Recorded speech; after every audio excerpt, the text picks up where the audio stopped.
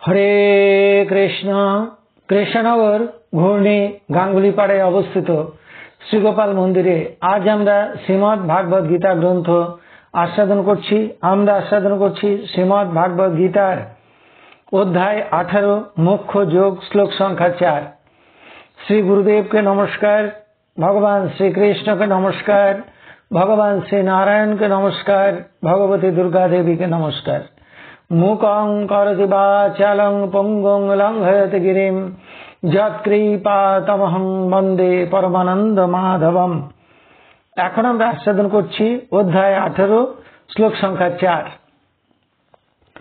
নিশ্চয়ম শৃণু মে তত্র ত্যাগে ভরত সত্যম ত্যাগো হি পুরুষ ব্যাঘ্র ত্রিবিধ সংপ্রকীর্তিত। এখন আমরা এই শ্লোকটির অন্তর্গত শব্দগুলির অর্থ জেনে নেব। ভরত সত্যম, হে ভরতকুল শ্রেষ্ঠ, তত্র সেই ত্যাগে, ত্যাগ বিষয়, তত্র সেই ত্যাগে, ত্যাগ বিষয়, মে আমার, নিশ্চয়ম সিদ্ধান্ত, শৃণু শোনো, পুরুষ ব্যাঘ্র হে পুরুষ ব্যাঘ্র, ত্যাগম ত্যাগ, ত্রিবিধম তিন প্রকার, সংপ্রকীর্তিত কথিত হয়েছে। তাহলে এই শ্লোকটির বঙ্গানুবাদ কি দাঁড়ালো? হে ভরতকুল শ্রেষ্ঠ, সেই ত্যাগ বিষয় আমার সিদ্ধান্ত শ্রবণ করো। হে পুরুষ ব্যাঘ্র, ত্যাগ তিন প্রকার বলে কথিত হয়েছে। এখন আমরা এই শ্লোকটির অন্তর্নিহিত ভাব আস্বাদন করছি।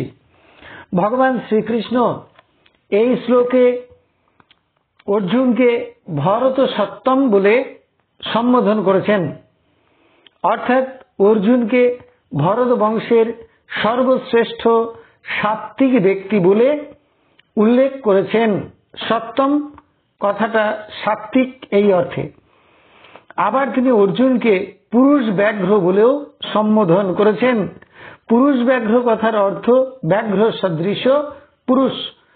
বাঘ অত্যন্ত বলশালী এবং তার লক্ষ্য স্থির। যে শিকারের উপরে সে নজর দেয় সেদিকে দুর্বার বেগে ঝাঁপিয়ে পড়ে। ঠিক তেমনি অর্জুনও মহাবাহ, বিশাল বাহু তার, প্রবল বলশালী অর্জুন। অর্জুন গান্ডীবধারী মহাধনুর্ধর। তিনি যে প্রতিজ্ঞা করেন তা পালন করেন। তাই ভগবান অর্জুনকে পুরুষ ব্যাঘ্র বলে সম্বোধন করেছেন। ভগবান যেন অর্জুনকে বলতে চাইছেন যে হে অর্জুন, তুমি লক্ষ্যে স্থির থাকো, যুদ্ধ বিমুখ হয়েও না। হে বলশালী, তুমি ধর্মযুদ্ধে অংশগ্রহণ করো এবং জয় পরাজয়, মান অপমান সব সমান মনে করে কর্তৃত্ব অভিমান শূন্য হয়ে যুদ্ধ করো। তুমি কাকে ভয় পাচ্ছ? সমস্ত ভয়, আত্মীয় ভদ্রূপ পাপের ভয় থেকেও মুক্ত হয়ে যুদ্ধ করো। ভগবান বললেন, হে অর্জুন, ত্যাগ বিষয়ে আমার সিদ্ধান্ত হলো এই যে ত্যাগ তিন প্রকারের: সাত্ত্বিক ত্যাগ, রাজসিক ত্যাগ এবং তামসিক ত্যাগ। সাত্ত্বিক ত্যাগ হলো কর্তৃত্ব অভিমান শূন্য হয়ে ফলের আশা না করে সমস্ত কর্মের ফল ত্যাগ করা। এই প্রকার ত্যাগই সর্বশ্রেষ্ঠ, কারণ এর দ্বারা কর্ম এবং কর্মের ফলের বন্ধন থেকে মুক্ত হয়ে ভগবানের শ্রীচরণে পৌঁছানো যায়। রাজসিক ত্যাগে কর্তৃত্ব অভিমান থাকে এবং ফল কামনা থাকে। তামসিক ত্যাগে কর্তৃত্ব অভিমান থাকে, অবজ্ঞা থাকে, অবহেলা থাকে এবং অন্যের অনিষ্ট আকাঙ্ক্ষা থাকে। এইগুলি বন্ধনের কারণ। তাই এই রাজসিক এবং তামসিক ত্যাগ বর্জন করে সাত্ত্বিক ত্যাগী হতে হবে। তাহলে এতক্ষণ আমরা শ্রীমদ্ ভাগবত গীতার 18 অধ্যায়ের 4th শ্লোকটি আস্বাদন করলাম। আমি শ্লোকটি আরো একবার পড়ছি। হে ভরতকুল শ্রেষ্ঠ, সেই ত্যাগ বিষয় আমার সিদ্ধান্ত শ্রবণ করো। হে পুরুষ ব্যাঘ্র, ত্যাগ তিন প্রকার বলে কথিত হয়েছে। এখন আমরা শ্রীমদ্ ভাগবত গীতার মাহাত্ম্য পাঠ করছি। শ্রী ভগবান উবাচ গীতা নামানি বক্ষ্যামি গুহ্যানি শৃণু পাণ্ডব কীর্তনাৎ সর্ব পাপানি বিলয়ং যান্তি তৎক্ষণাৎ।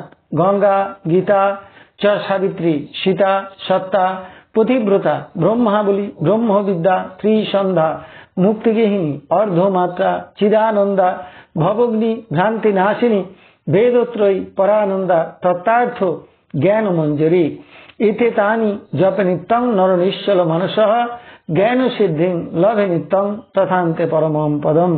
হরি ওম তৎসৎ। এখন আমরা ভগবান শ্রীকৃষ্ণের চরণে প্রার্থনা জানাচ্ছি। হে কৃষ্ণ কৃপা সিন্ধু, এ নাও তুমি আমার দেহ, এ নাও তুমি আমার মন, এ নাও তুমি আমার প্রাণ, এ নাও তুমি আমার আত্মা, এ নাও তুমি আমার জীবন যৌবন যথা সর্বস্ব।